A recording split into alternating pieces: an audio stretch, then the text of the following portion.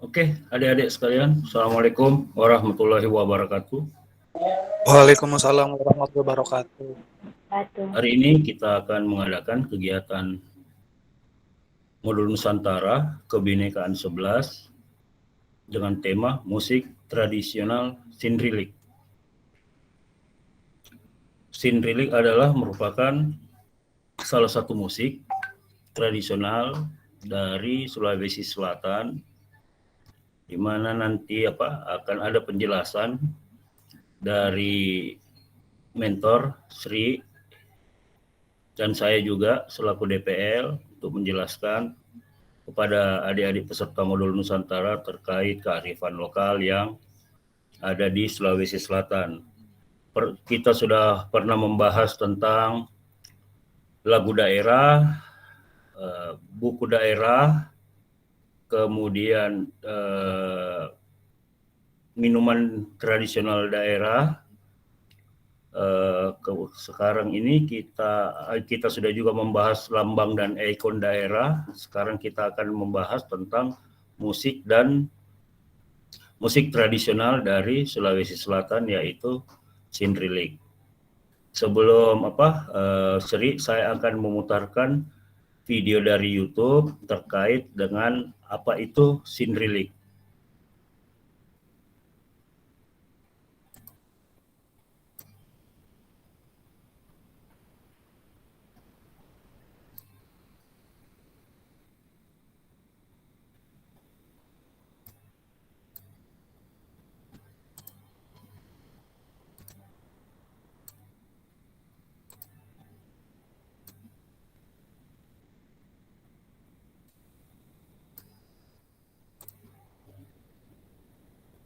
Silakan adik-adik menyimak video ini.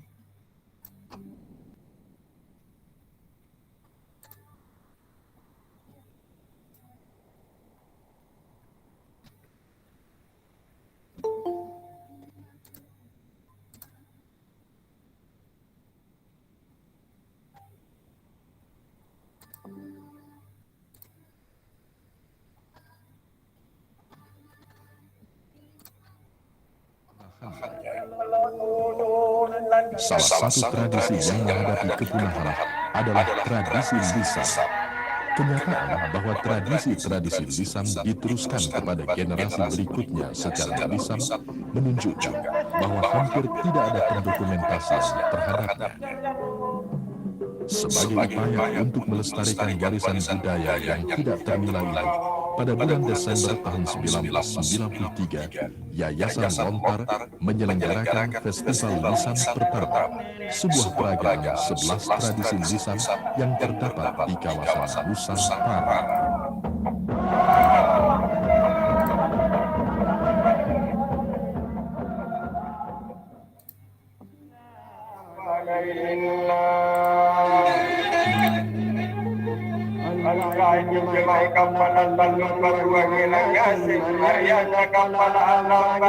Sindrilik merupakan seni teater rakyat yang berasal dari Sulawesi Selatan, khususnya dari daerah Goa dan Naros.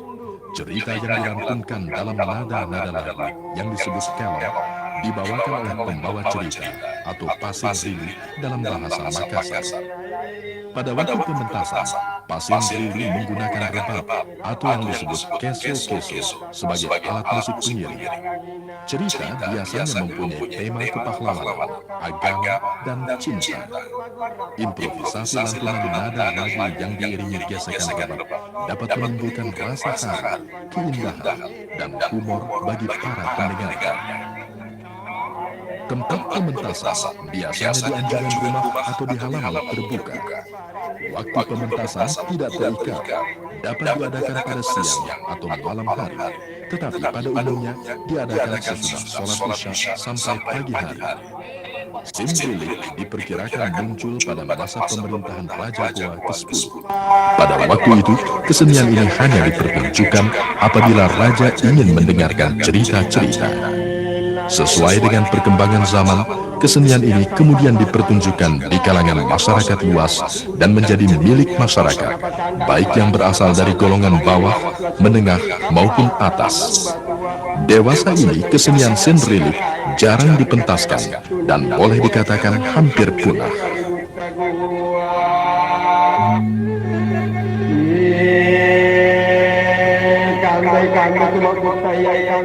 Di bagian berikutnya, kita akan melihat rekaman dokumentasi dari sebuah pertunjukan senrilik di Taman Ismail Marzuki, Jakarta.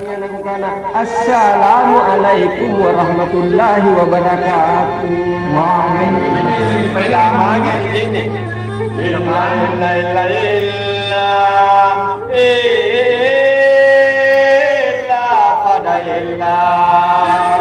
Ya dinde kalantan-lantang bidangnya kanjeng panitia ya anja panitia ya sampu di mana saya kan dijajai bagi dia dengan sini lagi sanggeng nabari bahasa lantang bidangnya mata tak tutup palungan mana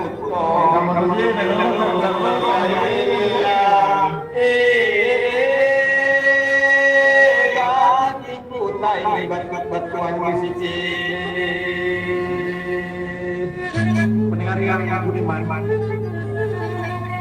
sim kami merupakan duplikat dari sim ini yang bernama Lapangan Batuan. Sim tadi kami menggambarkan pertempuran atau peperangan antara Jawa dengan Andi Patuan dan Petabilo Putra Raja yang dapat bantuan dari pasukan Belanda. Awal mulanya keributan yang diangkat menjadi perang yang berkepanjangan itu ialah karena punya kemampuan seperti tadi ketimbang untuk menggempur tanah Goa, untuk menghantam bangunan dan untuk meruntuhkan benteng sebagai pusat kerajaan Goa pada waktu itu. Peristiwa awal mulai kejadian yang sangat dahsyat itu bermula dari ramalan dan penyimpangan bahwa akan muncul seseorang yang akan meruntuhkan kerajaan Goa dan orang itu berasal dari lingkungan kerajaan Goa sendiri. Sesudah pembicaraan di Lembang dengan Sombaya atau Raja Goa, maka keluarlah perintah raja bahwa semua wanita yang hamil harus dibunuh, semua bayi laki-laki juga harus dibunuh. Namun dalam suatu permainan raga, Andi Patuan dan Petabilo dikejar dari istana karena menurut ramalan dan pelempangan orang itulah yang akan meruntuhkan kerajaan Goa nanti. Inilah yang menyebabkan perjalanan panjang Andi Patuan dan Petabilo menyusuri Pangkajen, Lapakpan, Bira, Sumbawa, Bali, Buleleng, Solo, negeri Belanda, kemudian akhirnya kembali ke Batavia. Perjalanan tersebut selain menghindari pengejaran, juga bertujuan meminta bantuan kepada kerajaan-kerajaan yang disekitarnya untuk menyerang kerajaan Goa agar mereka dapat kembali ke tanah Padang. Dengan bantuan Belanda, Andi Patuan dan Petabilo dan pasukannya mengadakan serangan terhadap Goa. Serangan pertama berkekuatan 3 buah kapal, dan dari sinilah diangkat menjadi judul sini ini menjadi kapal Goa. Artinya kapal yang berjumlah 3 buah. Oleh karena semangat Tuhan yang membara seluruh perangkat kerajaan Goa termasuk pasukannya, setiap serangan di Patuan yang dibantu oleh pasukan Jenderal Batavia dapat mereka patahkan. Mereka menikmati berkalang tanah daripada diperintah atau dijajah bangsa lain. Bagi mereka mati mempertahankan kerajaan negara adalah mati terhormat. Sisi atau kehormatan perlu ditegakkan sampai kepada titik darah yang terakhir. Demikianlah, karena serangan bertubi dan silih berganti datangnya, akhirnya Goa tak juga. Setelah peperangan itu berlangsung selama 7 tahun, dari tahun 1659 sampai dengan 1666. Akhirnya diadakanlah perjanjian antara Belanda dengan kerajaan Goa.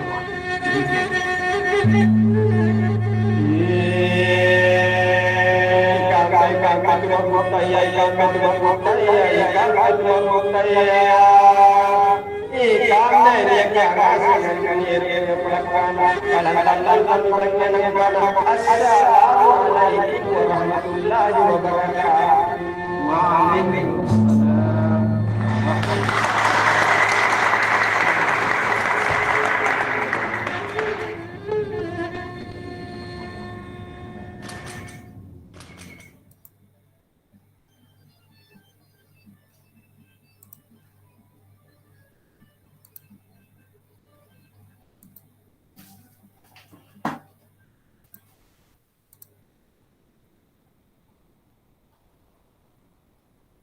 Itulah tadi adik-adik sepenggal cerita tentang Sindrilik itu sendiri, di mana Sindrilik itu adalah budaya musik tradisional dari Sulawesi Selatan,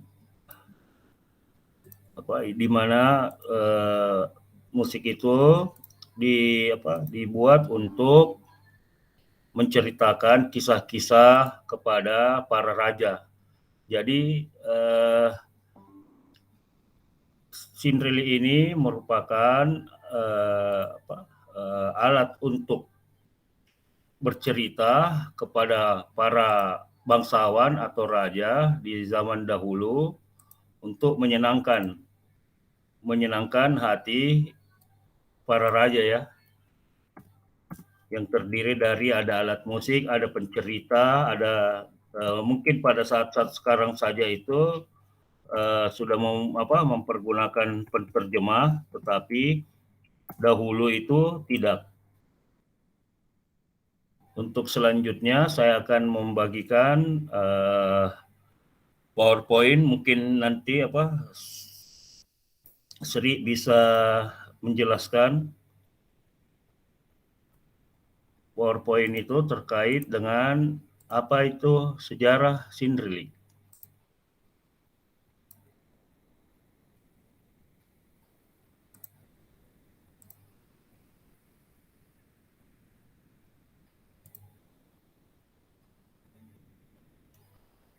Mungkin bisa dimulai, Dek.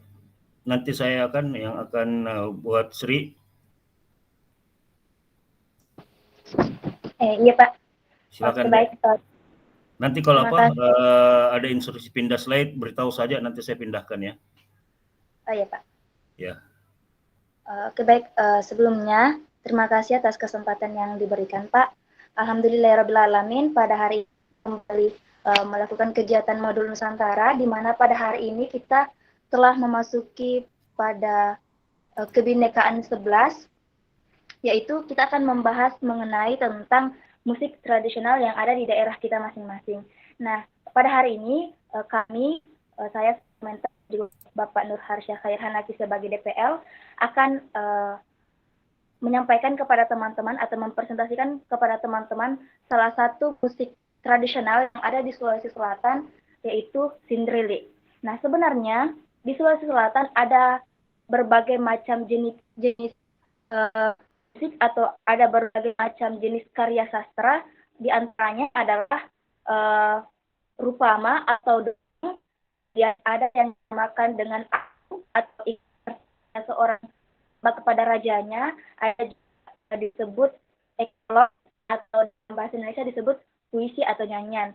Nah, termasuk juga dengan Sindrilik. Nah, Sindrilik ini tergolong ke dalam prosa berirama yang disampaikan.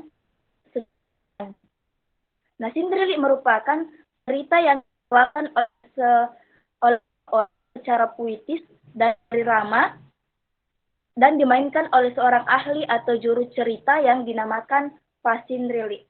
Mungkin bisa slide selanjutnya, Pak. Nah, ini dia.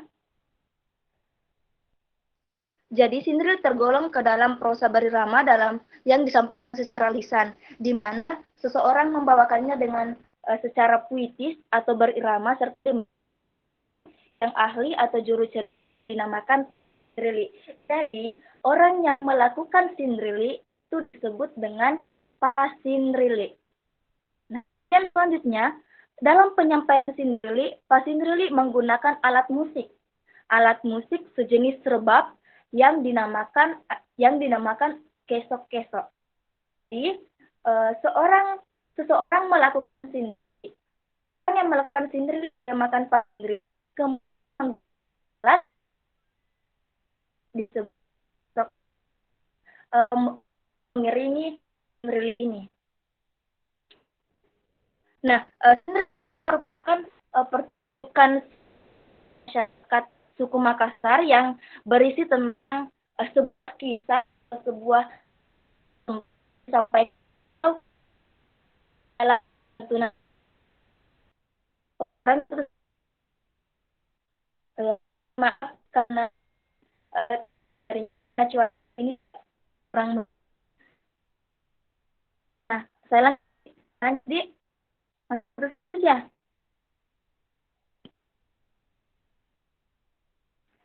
Oke. Sri, mungkin suaranya putus-putus, Dek. Coba bisa apa? Mungkin jaringannya agak bermasalah ya. Ya, tunggu di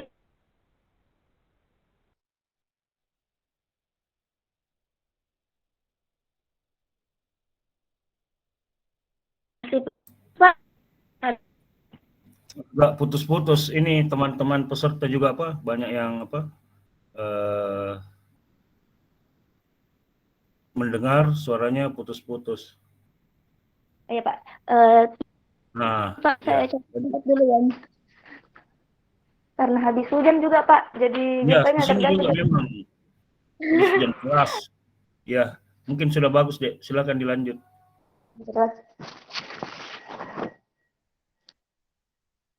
Bisa saya off kamera dulu, Pak, karena kayaknya kondisi tidak memungkinkan untuk aktifkan. Off kamera saja, Dek. Ya. Oke. Saya lanjut. Jadi, Sindrili ini dibagi ke dalam dua kategori, yaitu Sindrili Bositi Murung dan juga Sindrili Pakesok-kesok. Nah, teman-teman bisa melihat di slide. Nah, yang pertama adalah Sindrili Bositi Murung, atau jika diterjemahkan ke dalam bahasa Indonesia artinya adalah hujan turun. Nah, Sindrili yang dilantunkan pada saat keadaan sepi. Jadi Sindrili Bositi Murung ini dilantunkan pada saat keadaan sepi dan orang-orang biasanya sedang tertidur lelap. Sindrili ini tidak diiringi oleh alat musik apapun. Jadi, tidak semua bentuk Sindrili itu harus menggunakan alat musik seperti yang saya sampaikan tadi, yaitu kesok-kesok. Jika Sindrili Bositi Murung ini dilantunkan, maka dia tidak menggunakan alat musik apapun. Dan narasinya itu cenderung pendek-pendek dan biasanya berisi tentang kisah-kisah kesedihan, baik itu curahan hati, seperti kecintaan pada seorang gadis mungkin, atau kerinduan pada kekasih dan sebagainya, seperti itu. Kemudian yang kedua adalah Sindrili Pakesok-kesok. Artinya, pertunjukan Sindrili ini biasanya diiringi alunan alat musik berupa kesok-kesok. Kemudian, narasi Sindrili jenis ini cukup panjang, dengan biasanya tema cerita yang lebih bermuatan positif dan menggugah semangat, seperti kisah seorang tokoh atau sejarah perjuangan, budaya, maupun tentang agama. Nah, kemudian selanjutnya, penggunaan alat musik kesok-kesok ini sebenarnya hampir sama dengan biola. Bedanya di mana? Kalau biola dimainkan kemudian ditaruh di pundak kemudian dimainkan. Kalau kesok-kesok itu dia ditempatkan pada lantai terus dimainkan. Nah, kemudian irama kesok-kesok ini, irama alat musik ini harus dimainkan sesuai dengan tinggi rendahnya nada suara dari pasindrili, serta isi narasi yang sedang ditampilkan. Misalnya nih pasindrili sedang menceritakan sebuah kisah perjuangan melawan penjajah misalnya. Tentunya gesekan nadanya akan terdengar cepat dan juga keras, sehingga biasa itu dapat menggugah emosi dan imajinasi dari pendengar. Kemudian sebaliknya, jika isi dari Sindrili itu menceritakan tentang nuansa keagamaan atau tentang kisah-kisah sedih mungkin, itu gesekan nada kesok-kesok itu juga harus dipelankan. Jadi intinya adalah keberadaan iringan musik kesok-kesok itu sendiri dapat kita samakan dengan irama backsound yang menjadi latar belakang dari Sindrili ini. Nah, gesekan awal yang dimainkan ini menjadi penanda bahwa cerita telah dimulai. Bisa di next. Nah, sebenarnya di Sulawesi Selatan itu terdapat puluhan judul Sindrili, di antaranya adalah Sindrilina Kapala Talum Batua. Itu adalah satu contoh dari Sindrili yang artinya Sindrili 3 buah kapal. Nah, kemudian dalam setiap Sindrili itu biasanya mengandung nilai-nilai tersendiri, di mana nilai-nilai ini biasa mencerminkan tindakan tokoh-tokoh dalam cerita. Misalnya dalam Sindrili Kapala Talum Batua ini yang seperti saya sebutkan tadi, itu menceritakan tentang perjalanan dan perjuangan Karaeng Tani Sombaya dan Andi Patunru dalam mengatasi masalah kerajaan Goa. Di mana dalam Sindrili ini mengandung beberapa nilai sosial. Yang pertama adalah nilai gotong royong. Nah, gotong royong bisa juga disebut dengan bekerja sama untuk mencapai hasil yang diinginkan. Misalnya dalam kehidupan keluarga, gotong royong dapat dilakukan untuk menyelesaikan masalah mungkin. Nah, seperti yang teman-teman lihat di slide, ini adalah sepenggal Sindrili, sepenggal irama, sepenggal narasi Sindrili yang teman-teman bisa lihat. Di sini bunyinya adalah bentengilah istanaku, Karaeng itu kembalilah dan kumpulkanlah rakyat kalian yang dapat dipekerjakan. 7 hari kemudian berkumpullah semua orang Goa, berkatalah Tani Sombaya, kalian para raja telah hadir bersama rakyatmu. Dengar, perintahkan rakyatmu untuk membuat batu yang akan dipakai untuk membangun benteng istanaku. Nah, ini adalah sepenggal narasi, tetapi ketika disampaikan menjadi Sindrili itu mempunyai irama tersendiri. Nah, maksudnya apa dari Sindrili ini? Di sini adalah raja yang dipertuankan atau dihormati di tanah Goa. Nah, berdasarkan kutipan ini ditemukan nilai gotong royong atas perintah seorang raja yang bernama Karaeng Tuni Sombaya kepada rakyat Goa.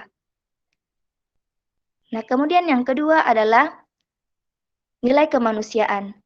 Nah, rasa kemanusiaan merupakan suatu sikap peduli, simpati, dan empati terhadap sesama manusia. Rasa kemanusiaan juga bertujuan untuk menumbuhkan rasa kepedulian sehingga diharapkan mampu meringankan beban orang lain. Nah, kembali di sini kami memberikan sepenggal contoh Sindrili yang berbunyi, apa kesalahannya sehingga ia harus dibunuh, harus diambil nyawanya. Orang yang tak ada kejahatan dan kesalahan yang besar tidak dapat diperlakukan demikian. Padahal dia itu putra mahkota di Goa. Anak nurangkak lalang, narin ringa payung lompoh. Janganlah engkau membunuhnya. Tanpa guntur dan tanpa awan, artinya tanpa kedengaran apa-apa dan tidak ada tanda-tanda atau gejala-gejala sampai terjadi demikian. Nah, maksudnya apa?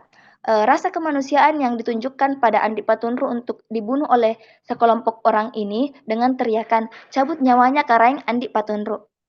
Hal inilah yang menjadi penyebab Karaeng Andi Patunru akan dibunuh di kerajaan ayahnya sendiri. Yang sejatinya Andi Patunru adalah anak kandung dari Karaeng Tuni Sombaya. Namun, ada seorang yang berkata, janganlah engkau membunuhnya. Nah, ungkapan inilah yang menandakan adanya rasa kemanusiaan terhadap sesama manusia untuk saling tidak membunuh. Kemudian, nilai yang ketiga adalah nilai persatuan. Persatuan adalah perserikatan, ikatan, atau gabungan beberapa bagian yang sudah bersatu. Persatuan dan kesatuan dari kata satu yang berarti utuh dan tidak terpecah-pecah. Nah, di sini kembali ada narasi Sindrili yang berbunyi, setelah 3 hari 3 malam berkumpul pula semua raja bawahan dalam wilayah kerajaan Goa. Nah, pada kutipan berkumpul pula semua raja bawahan itu menandakan adanya nilai persatuan bahwa raja-raja dan bawahannya itu saling bersatu padu di istana. Bisa di next, Pak. Nah, kemudian nilai selanjutnya adalah nilai kesetiaan. Kesetiaan adalah hal yang perlu diteguhi dan ditaati apabila kita mempunyai sebuah ikatan dengan seseorang ataupun sekelompok orang. Sikap dari nilai kesetiaan itu tercermin pada kutipan ini. Berkatalah Karaeng Pattabelo, berjalan saja terus, Andi, dan aku akan mengikuti belakangmu. Kalau aku mati, engkau berpulang. Nah, Karaeng Pattabelo ini adalah kakak kandung dari Andi Patunruk tadi yang setia menemani berjalan dan berlayar ke kerajaan-kerajaan Nusantara hingga ke Belanda. Walaupun di perjalanan dan lautan lepas mereka menghadapi banyak rintangan, salah satunya ketika melewati sungai yang penuh dengan buaya. Jadi di situ kita bisa melihat adanya nilai kesetiaan dari Karaeng Pattabelo kepada Andi Patunruk. Nah, kemudian nilai yang terakhir adalah adanya nilai tanggung jawab dalam teks narasi Sindrili. Nah, tanggung jawab merupakan salah satu sikap beradab. Tanggung jawab ini artinya berkewajiban, menanggung, memikul, atau menanggung segala akibat pada pilihannya. Pentingnya tanggung jawab dalam diri seseorang agar orang tersebut tidak mengalami kegagalan atau kerugian untuk dirinya sendiri maupun oleh orang lain. Nah, contoh narasi Sindrilinya adalah, berkatalah Karaeng Andi Patunruk, tidak boleh begitu. Aku tidak mau melibatkan orang lain dalam perkara ini. Biarlah aku menanggung resikonya. Nah, berdasarkan kutipan ini, terlihat bahwa Andi Patunruk ini adalah seseorang yang sangat optimis dan bertanggung jawab atas perbuatannya sendiri. Bisa di next, Pak, Tabe.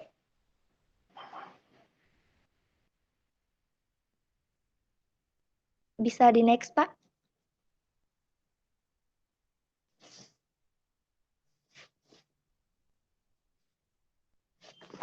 Nah, selanjutnya, kemudian di atasnya, ya. Nah, apakah semua orang bisa melakukan Sindrili? Nah, jawabannya adalah setiap orang dapat mempelajari Sindrili dan menjadi pasindrili penutur yang menyampaikan kisah Sindrili. Sehingga seorang pasindrili ini bisa saja datang dari berbagai bidang profesi, misalnya baik itu dia seorang petani, nelayan, maupun seorang guru.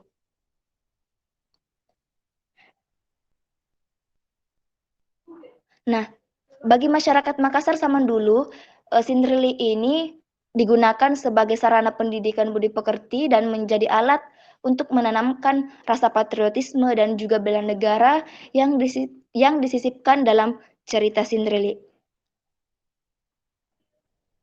Nah, kemudian sekarang itu Sindrili biasanya dipentaskan lebih bertujuan untuk melestarikan budaya Makassar yang umumnya dibawakan pada saat pesta perkawinan atau khitanan ataupun pesta rakyat sehabis panen. Nah, ini ada sedikit judul cerita Sindrili, yaitu Sindrili Kapalak Talum Batua, Sindrili Iman Nakku, Sindrili Imak Didaeng, Rimakka, dan sebagainya. Ini hanya sedikit di antara judul Sindrili yang saya sampaikan. Nah, Sindrili ini merupakan cerita yang sangat populer pada zaman dahulu di masyarakat Sulawesi Selatan sebelum masuknya teknologi dan juga alat-alat elektronik. Nah, setelah teknologi modern ini khususnya elektronik, telekomunikasi, dan juga komputer berkembang pesat di Indonesia, khususnya di Sulawesi Selatan, maka terjadilah perubahan besar. Sistem nilai-nilai yang saya sampaikan tadi itu pun ikut berubah. Sistem nilai modern mulai menggantikan sistem nilai-nilai tradisional. Setelah orang yang berusaha untuk melestarikan budaya Sindrili ini, seperti yang teman-teman lihat tadi, adanya tayangan video dari Bapak itu membuktikan adanya salah satu upaya untuk melestarikan budaya Sindrili. Dan kegiatan modul Nusantara ini, dengan adanya kegiatan modul Nusantara ini, kita kembali memperkenalkan atau kembali melestarikan budaya-budaya yang ada di daerah kita masing-masing yang mungkin terbilang bisa dikatakan menghampiri punah. Mungkin hanya itu Pak, sedikit penjelasan mengenai mengenai musik tradisional Sulawesi Selatan, yaitu Sindrili. Saya kembalikan ke Bapak Tabe. Ya, terima kasih Mentor Sri atas penjelasannya. Saya rasa sudah sangat padat menjelaskan dengan apa itu Sindrili. Mungkin ada adik-adik yang ingin berdiskusi atau ada yang mau mempresentasikan kira-kira alat musik dari daerah asal peserta, apakah ada yang mirip dengan Sindrili atau mungkin dia bertekstur atau modelnya yang lain tapi intinya mungkin sama. Oke, siapa yang ingin mempresentasi? Mungkin Rafiq?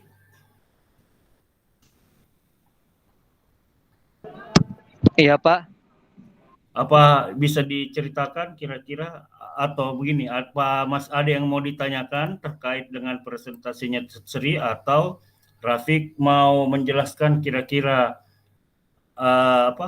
menjelaskan asal musik tradisional dari daerah asal Rafiq. Silakan. Oh iya Pak, izin Rafiq mempresentasikan terkait alat musik yang ada di daerah Rafiq sendiri, yaitu lisung atau bendrong lesung. Sebelumnya apakah suaranya terdengar Pak? Terdengar, silakan Dek. Iya Pak, jadi Rafiq izin mempresentasikan hanya lewat suara dan izin untuk tidak on cam karena sedang ada di luar Pak. Iya, Nah, silakan. salah satu alat musik yang ada di Banten itu, khususnya di Pandeglang, kota tempat saya tinggal itu, ada yang namanya lisung atau bendrong lesung. Alat tradisional ini dimainkan khusus pada saat kegiatan pengolahan padi atau gabah menjadi beras. Nah, lesung ini itu terbuat dari bahan kayu seperti bentuk perahu yang berukuran kecil dengan memiliki panjang kurang lebih 2 meter. Kemudian kedalamannya berkisar antara 40 cm. Nah, fungsi bendrong lesung ini adalah untuk memisahkan kulit gabah dari beras. Dan aslinya, lesung ini hanya berupa wadah cekung yang terbuat dari kayu besar dengan bagian tengah yang dibuang. Jadi bagian tengahnya itu cekung. Padi atau gabah yang akan diolah itu ditaruh di dalam lubang tersebut. Kemudian ditumbuk dengan menggunakan alu atau tongkat tebal dari kayu.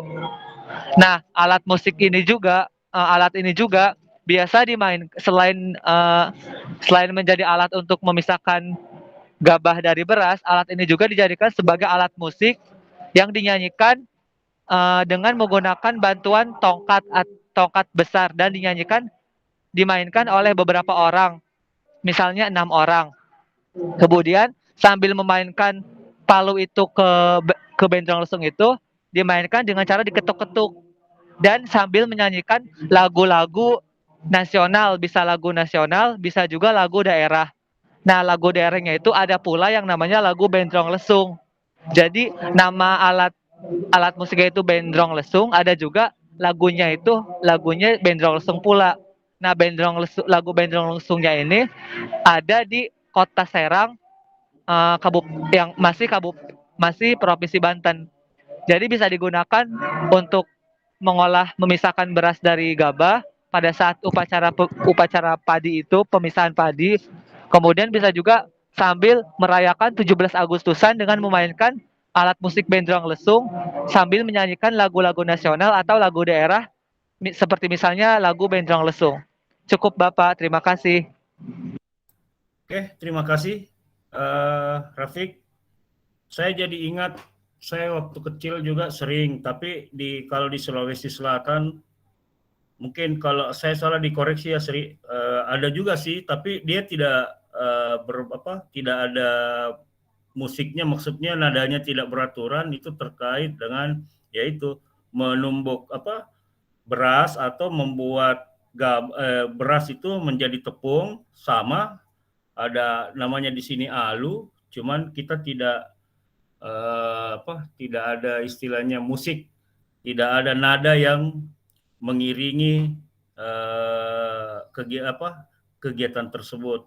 Kemudian saya juga jadi ingat, tapi saya tidak tahu dari daerah mana, katanya seperti yang Rafiq cerita tadi, itu ada musik untuk di alat untuk memecah gabah menjadi beras, tapi dia dilakukan pada saat bulan purnama. Nah, saya juga kurang tahu, nanti mungkin bisa sama-sama kita mencari. Oke, nanti Rafiq itu yang penjelasanmu saya jadikan nanti tugas semua nanti dijadikan tugas ya. Tuh dilampirkan di monitoring terkait dengan alat musiknya dari daerah Rafiq. Kemudian siapa lagi? Mungkin Dwi Rindiani? Baik Bapak, terima kasih banyak Ya, Pak. sama-sama deh. Mungkin Dwi ada yang ingin diceritakan terkait alat musik dari daerah? Atau siapa yang berminat? Saya Bapak. Ahmad Hoiril dulu, Fadila ya. Silakan Ahmad Hoiril. Baik Bapak. Ya, baik Bapak, terima kasih untuk ya di sini saya akan menjelaskan musik dari asal daerah saya. Kebetulan saya berasal dari Brebes, perbatasan sama Cirebon. Jadi di sini saya akan menjelaskan kolaborasi musik Tionghoa dan gamelan Cirebon yang bernama Cokek Losari. Cirebon merupakan salah satu daerah di Jawa Barat yang memiliki sejarah panjang di Indonesia.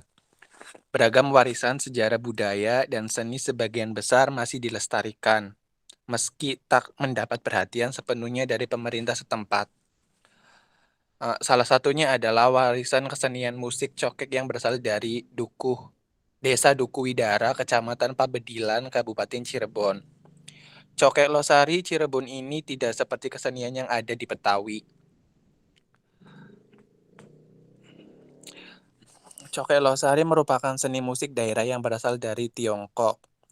Cokek Losari selalu hadir di setiap ritual masyarakat Tionghoa Cirebon, seperti upacara sembahyang, rangkaian acara Imlek, bahkan upacara kematian warga Tionghoa Cirebon. Dalam perkembangannya, dulu di Kabupaten Cirebon, Losari terdapat 4 sanggar seni musik cokek. Namun dari keempat sanggar tersebut, hanya sanggar Cokek Losari pimpinan Surip yang masih bertahan sampai saat ini. Seiring berjalannya waktu, Cokek Losari mulai dikenal oleh masyarakat Tionghoa Cirebon. Bahkan hingga saat ini, Cokek Losari selalu hadir dalam setiap rangkaian perayaan Imlek di Vihara Welas Asih Cirebon.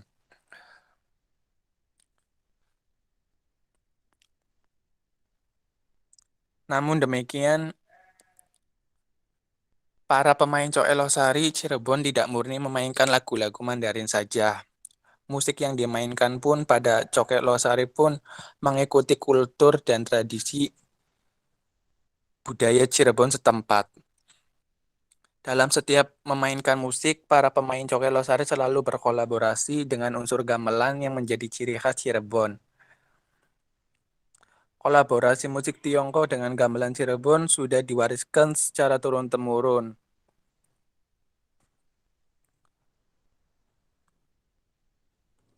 Hingga saat ini, Cokek Losari merupakan satu-satunya peninggalan kesenian Cirebon.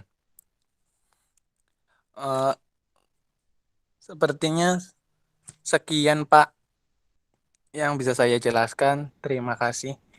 Oke, terima kasih Ahmad Hoiril Imam terkait penjelasannya. Jadi kita juga tahu bahwa di Cirebon juga ada alat musik tradisional yang bukan alat ya, musik tradisional yang dimainkan di waktu-waktu tertentu untuk perayaan tertentu, tapi musiknya bisa memainkan musik etnis Tiongkok atau musik dari daerah yang lain. Begitu ya Ahmad ya? Iya Bapak, betul sekali. Oke, terima kasih Dek. Kemudian saya ke Fadila, silahkan Fadila. Baik Bapak, terima kasih atas kesempatan yang diberikan. Saya izin menjelaskan ya Bapak.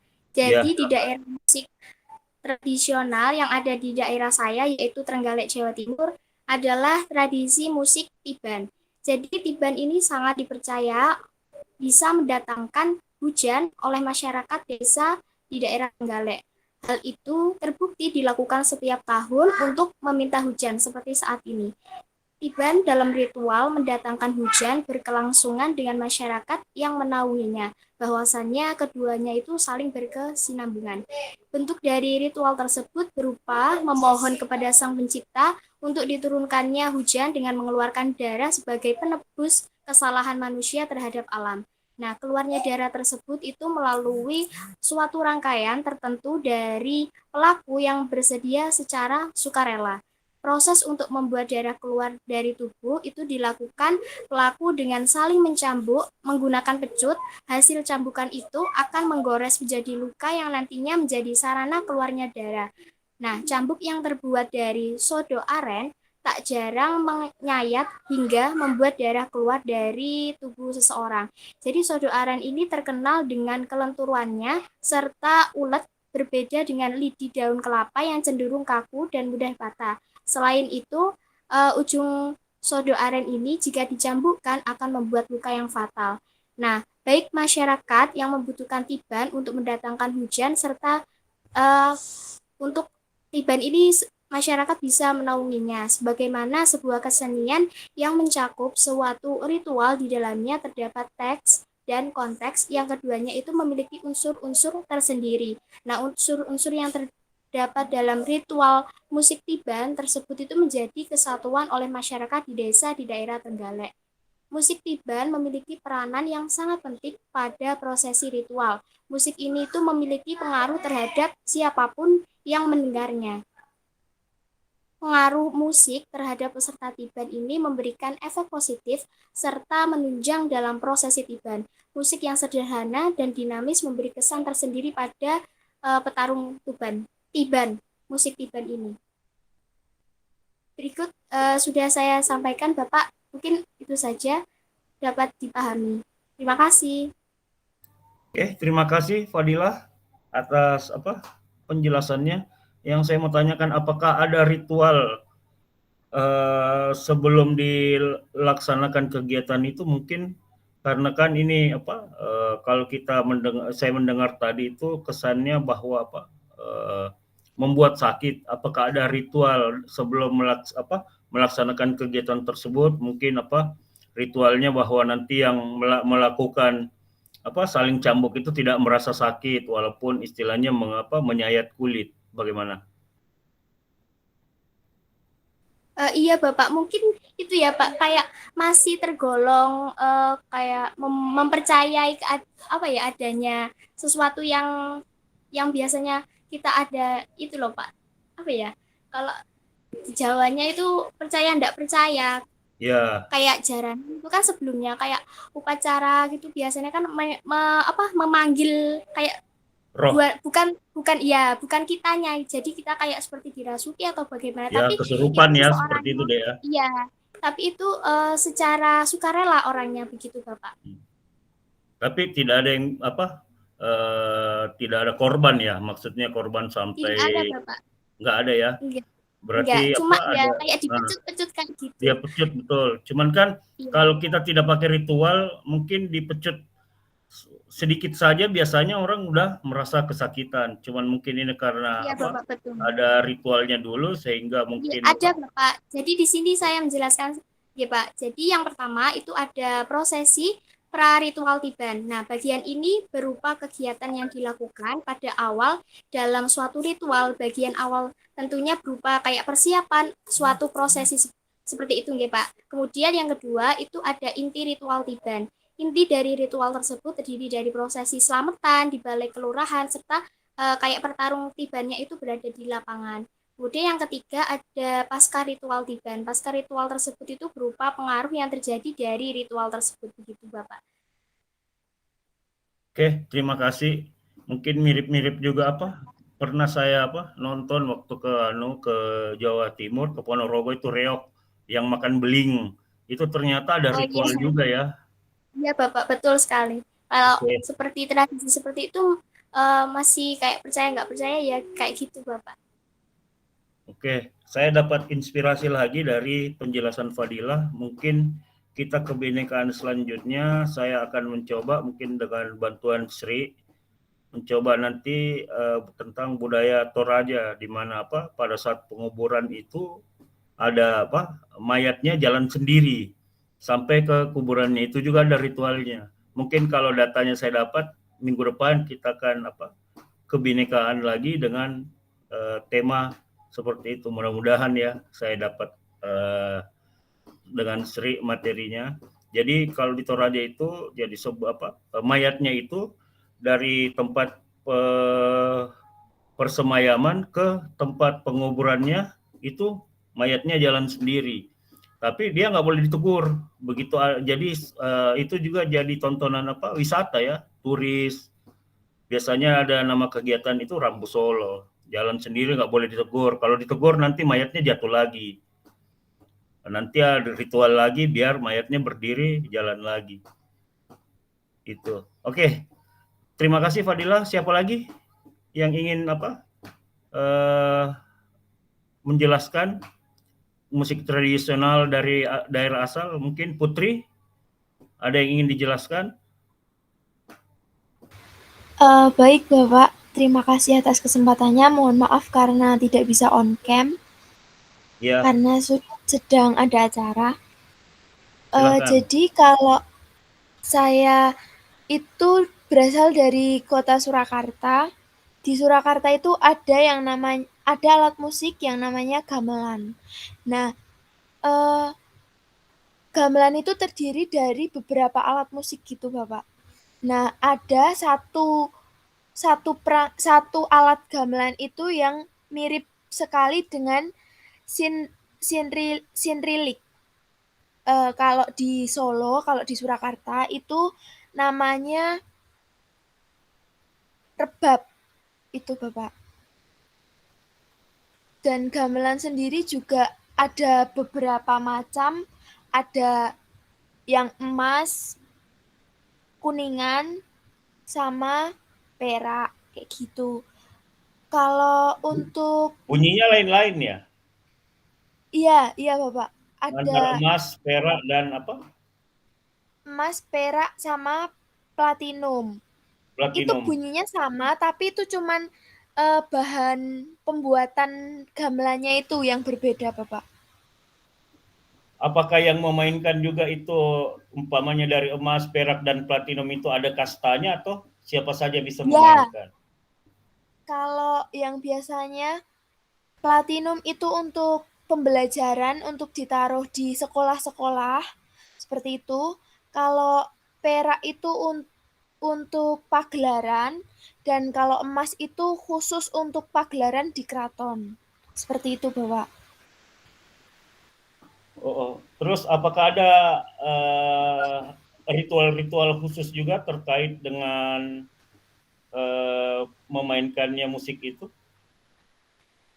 Untuk ritualnya itu pada saat malam 1 Suro, itu semua gamelan, pusaka itu melakukan prosesi jamas, yaitu penyucian pusaka dan gamelan, Bapak. Kalau kalau untuk memainkan kalau untuk memainkannya itu tidak semua orang bisa, soalnya juga susah kan, Pak. Nah, itu untuk yang memainkan gamelan itu namanya itu dikasih nama pengrawit, begitu. Di gamelan sendiri itu juga ada banyak alat musik, contohnya gong itu yang besar itu, tendang, bonang, demung, saron, dan masih banyak lainnya itu yang mirip dengan sinrilik. Di Makassar itu hanya rebab. Seperti itu, Pak. Dan cara memainkannya juga sama. Saya jadi ingat, biasanya saya dengar ada di beberapa universitas di Jawa ada UKM itu, UKM Karawitan, berarti itu UKM gamelan ya, Dek? Iya, benar, Bapak. Kayak waktu saya kuliah di Airlangga dulu, ada UKM namanya Unit Kegiatan Mahasiswa Seni, Tari, dan Karawitan. Oh, ternyata itu Karawitan gamelan ya. Ya, benar sekali, Pak. Oke. Terima kasih ya, Putri. Mungkin yang terakhir dari Dwi. Terima kasih Bapak atas Apa yang ingin kesempatannya. diceritakan? Ya, sama-sama, Dek. Mungkin Dwi Rindiani ada yang mau diceritakan terkait alat musik dari daerah asal? Silakan, Dek.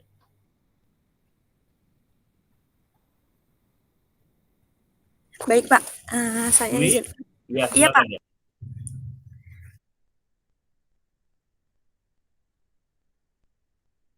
silakan, Dek. Silakan.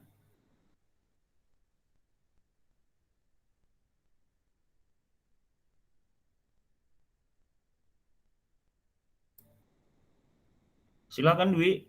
Apa ada yang ingin diceritakan terkait musik asal daerah Dwi Rindiani? Silakan.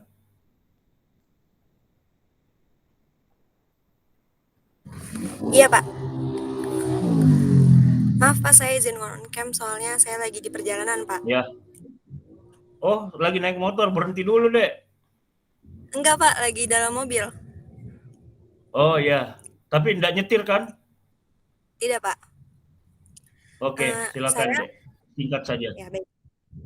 Saya berasal dari Provinsi Banten sama dengan Rafiq. Jadi tapi saya akan menjelaskan alat musik yang berbeda dengan Rafiq, yaitu alat musik angklung. Angklung Buhun namanya, merupakan sebuah kesenian angklung yang berasal dari daerah Banten, khususnya Kabupaten Lebak. Kesenian ini memiliki karakter yang baik dalam lirik dan lagunya. Biasanya menggambarkan alam sekitar sehingga menghadirkan suasana yang nyaman, damai, dan harmonis. Istilah angklung buhun berarti angklung tua, kuno, atau dalam arti sederhananya adalah kesenian pusaka. Dinamakan demikian karena kesenian ini lahir bersamaan dengan hadirnya masyarakat Baduy atau adanya suku Baduy yang ada di Banten. Nah, dari sana diketahui bahwa angklung buhun merupakan kesenian paling tua dari masyarakat Baduy. Kelompok pemain kesenian angklung buhun ini hanya dijumpai pada acara-acara ritual seperti acara adat Serentuan di Cisungsang dan Seba di Kabupaten Lebak. Sepertinya dari saya segitu aja, Pak. Oke, terima kasih, Dwi. Saya jadi ingat bahwa ternyata angklung selain dari mungkin asalnya dari Jawa Barat, tapi ada juga yang dari Banten ya? Iya, Pak, betul.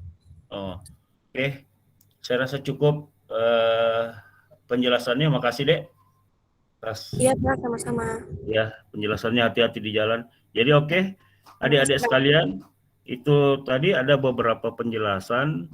Jadi saya harap adik-adik setelah kita menyelesaikan kegiatan kebinekaan 11 ini, tolong untuk mengisi presensi yang tersedia di Spada, dan juga mengisi presensi sekarang di chat Zoom ya, di chat Google Meet. Silahkan seperti biasa menuliskan nama, menuliskan prodi, NIM, dan nama. Kemudian saya ingatkan untuk hari ini mungkin terakhir untuk menyelesaikan tugas assignment ya, mungkin assignment dari Inspirasi 3.